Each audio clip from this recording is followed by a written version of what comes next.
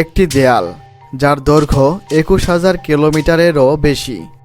মানুষের তৈরি পৃথিবীর সবচেয়ে বড় স্থাপনা।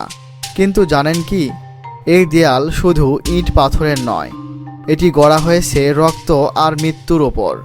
আমি বলছি গ্রেট ওয়াল অফ চায়না এর কথা। খ্রিস্টপূর্ব ৭ম শতাব্দীতে এর নির্মাণ শুরু হয়। পরে চীনের প্রথম সম্রাট কিন শি হুয়াং বিভিন্ন ছোট প্রাচীরকে একত্রিত করেন। তার লক্ষ্য ছিল একটাই, উত্তরের যাযাবর আক্রমণ ঠেকানো।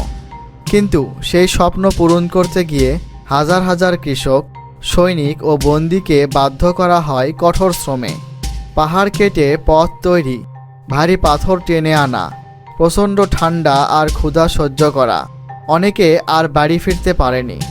কথিত আছে, যেসব শ্রমিক কাজ করতে করতে মারা যেত, তাদের দেহই দেয়ালের ভেতরে চাপা দেওয়া হতো।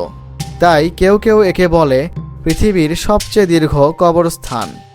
আরেকটি বড় মিথ, অনেকে বলে মহাকাশ থেকে এই দেয়াল দেখা যায়, কিন্তু বাস্তবে খালি চোখে দেখা প্রায় অসম্ভব।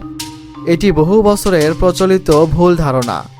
সবচেয়ে শক্তিশালী অংশ তৈরি হয় মিং রাজবংশের সময়, বিশেষ করে সম্রাট ঝু ওয়ানঝাং এর শাসনামলে প্রতিরক্ষা আরও শক্তিশালী করা হয়। তবুও ইতিহাস বলে শত্রুরা কখনো কখনো ঘুষ দিয়ে গেট খুলিয়ে ঢুকে পড়েছিল। দেয়াল ছিল শক্ত, কিন্তু মানুষের লোভ আরও শক্তিশালী।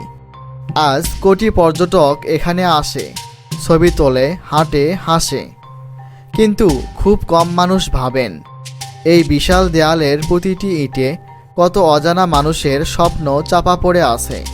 তাহলে বলুন, চীনের মহাপ্রাচীর কি সত্যিই সুরক্ষার প্রতীক, নাকি এটি ক্ষমতার নির্মম প্রদর্শন?